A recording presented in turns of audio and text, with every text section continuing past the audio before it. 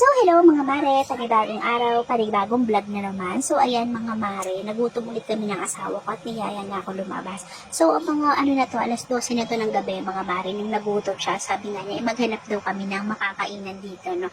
So, ayan, binaybay na namin tong daan. So, ang ganda dito kasi alas 12 na ng gabi, so hindi na ganun ka-traffic. Tapos, alam niyo yun, wala na masyadong sasakyan, tapos yung simoy niya, hindi na ganun ka-polluted or kausok, diba? So, ang sarap mag-night drive ba? No? Tapos, habang nagbabaybay kami dito, nakalimutan ko, wala nga pala akong pera. No? So, sabi ko sa kanya, daan kami sa bangko at mag-withdraw lang muna ako. No? So, ayan, pagkababa ko ng motor, ayan, pumunta na ako dito sa ATM machine kasi sabi ko nga mag-withdraw ako. No? So, ayan, habang nag-withdraw ko, chinek ko muna kung meron pa ba kaming pera dito kasi alam ko wala na rin kami pera dito, charot. So, ayun, pagtapos namin mag-withdraw, ayan, so sumakay na ulit kami ng motor, sabi ko, puntahan na namin yon.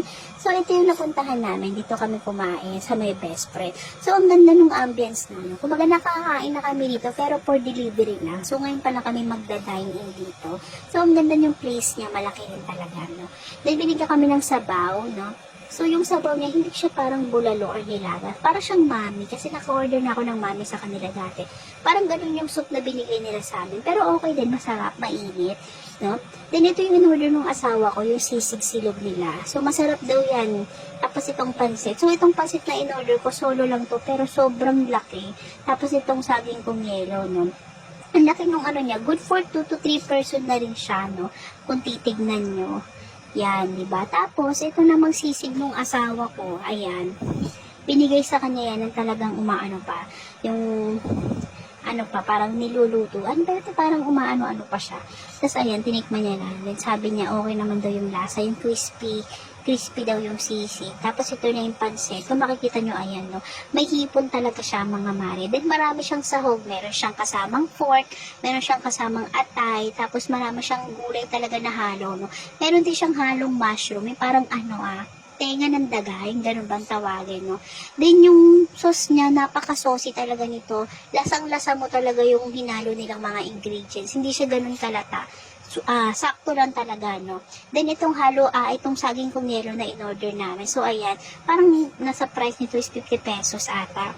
Then, okay din siya, no. Ang dami ng saging nila. Kaso, nahirapan lang ako dito gawa yung yelo nila. Medyo buo-buo ng kaunti. So, overall experience, okay din. Nabusog-busog talaga kami dito ng asawa ko, lalo na sa pansit. Napaka-dami yung servings nila for solo lang, no. Then, nung pauwi na kami, ayan, dito kami dumaan sa may plaza. So, maganda dito tuwing gabi kasi, ayan, may mga ilaw-ilaw siya, no. Pero, nung pumunta kasi kami dito, ayan, mga past 1 na yan ng madaling araw. So, sarado na siya, no. So, para siyang park din na pwede kang tumambay sa ito. Kunyari, may mga kadate ka, ganyan. So, maganda rin dyan, no. Magtambay-tambay dyan. So, nung pauwi na kami, dala-dala ko pa yung saging kong yelo kasi hindi ko nga maubos. Gawa nga yung yelo, ang hirap durugin. Tapos sabi ng asawa ko, dumaan daw kami dito sa takoyaki kasi nga, nagka-crave daw siya, no? Panghimagas lang daw ba.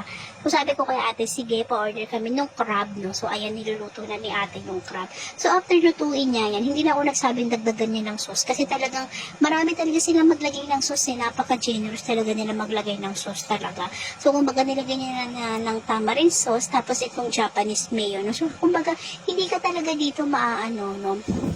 Kasi talagang sobrang dami nilang maglagay ng sauce. Talagang sulit na sulit yung bayad mo. Kasi yan, nilagay niya ng parang color green na yan. Tapos nagpa-add kami ng chili powder kasi gusto namin yung maanghang talaga siya. So, ayan, pagtapos yung ilagay yan, matapos niya ibigay sa akin. So, ayan na, pauwi na kami niyan, mga mare.